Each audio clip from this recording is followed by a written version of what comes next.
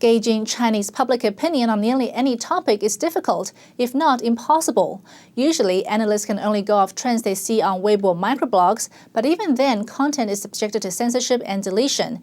And that's what happened this week after a survey by a state-run media turned up some pretty disappointing results about how participants felt about the ruling Communist Party.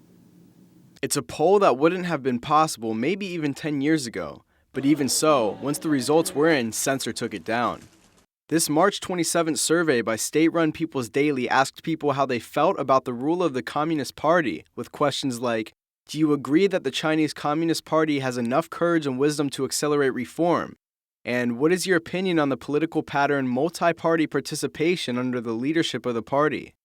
The questions were leading, but the survey gave people the option to choose whether they agreed or disagreed.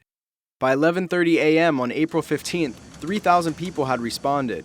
An overwhelming 80% disagreed with every statement. A few hours later, the poll was taken down.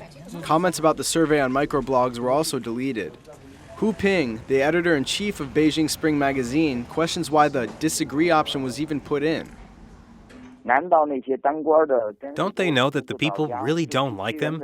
This survey must be a surprise to them. Or maybe some of them knew what was going to happen and they just used the survey for their own purposes. It's difficult for us to understand this clearly. According to Hu, the People's Forum is considered China's top forum, but events like this emphasize just how hard it is for people in China to know what's the popular opinion. In this authoritarian society, the biggest problem is that people don't know what the real public opinion is. Authorities create a pseudo-public opinion and cover the reality. There is no way for the real public opinion to come out. This survey is a very small event with such a short time of public exposure, but it does illustrate the main problem.